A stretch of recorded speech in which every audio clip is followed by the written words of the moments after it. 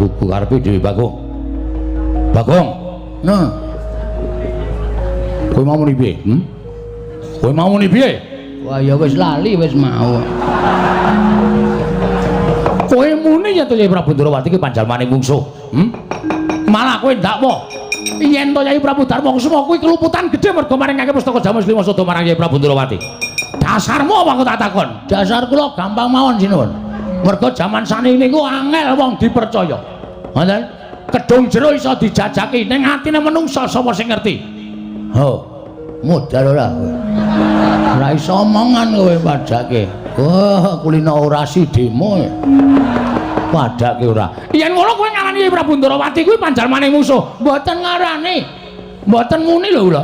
Mboten muni nek Kresna niku mengsah, mboten. Nek kula wis muni Kresna menika mungsuh, ateges kula ngarani nek Prabu Kresna niku panjalmane musuh. Kula mung nuwun sewu ngemutaken Dansun Prabu Darma Kusuma supaya luwih teliti babagan pustaka Jamus Lima Sada. Merga bapak kula niku ya ajeng mati merga nek ora tambani pustaka Jamus Lima Sada, kula kelangan wong tuwa kula sinuwun. Perkara bapakmu mati mbok ben. Perkara bapakmu mati ya wis ben. Bapakmu ki wis tuwa. Wong tuwa ki parane arep ndi meneh? Wong tuwa ki parane wong ngarep ndi meneh? Wong semene akeh ki mung padha antri tekaning pati. Mung kari ngenteni pestine kodrate dhewe-dhewe.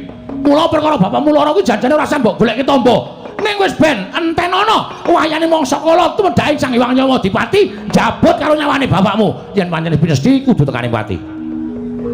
Lah atos iki, Ndra. Piye? Iki kok lara ning ati ya? Lara ning ati ya tandangi ora. Bapak dipatek-patekke ora. Kowe iki lek iso goleki tamba kok mung diunekke tekaning pati. Ayo kowe arep ngopo? Nek kowe wani ndakwa, Yai Prabu Ndrawati panjalmaning musuh. Aku ya wani ngarani bapakmu kuwi wis lara, wis tuwa, wis arep tekaning pati, Bagong.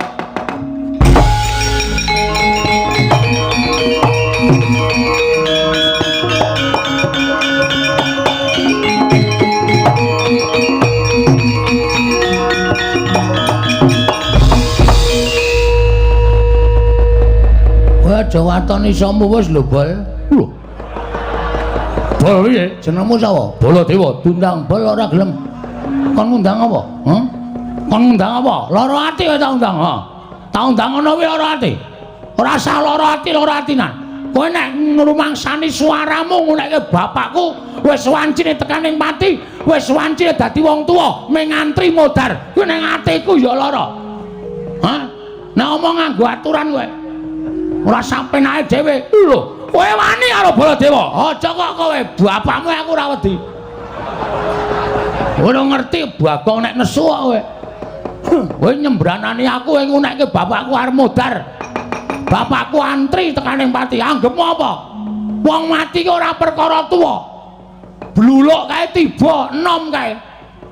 Kae ya iso modar, iso tiba sik bangane kambil. Nganggo pikiran kowe. Rumangsane akeh sing wong umur 100 kliwat isih urip meger-meger.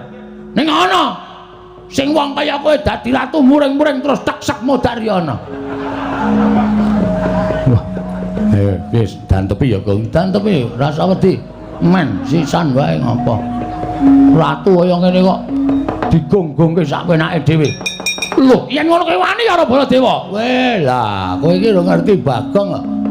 Bagong ki tau munggah ning kayangan ngobrak-abrik kayangan.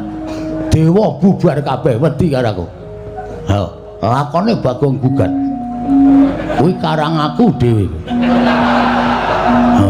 Aku bengi iki sik kon bangun gedung kesenian. Apa ora pecah sirahe? Ya wis ben ora.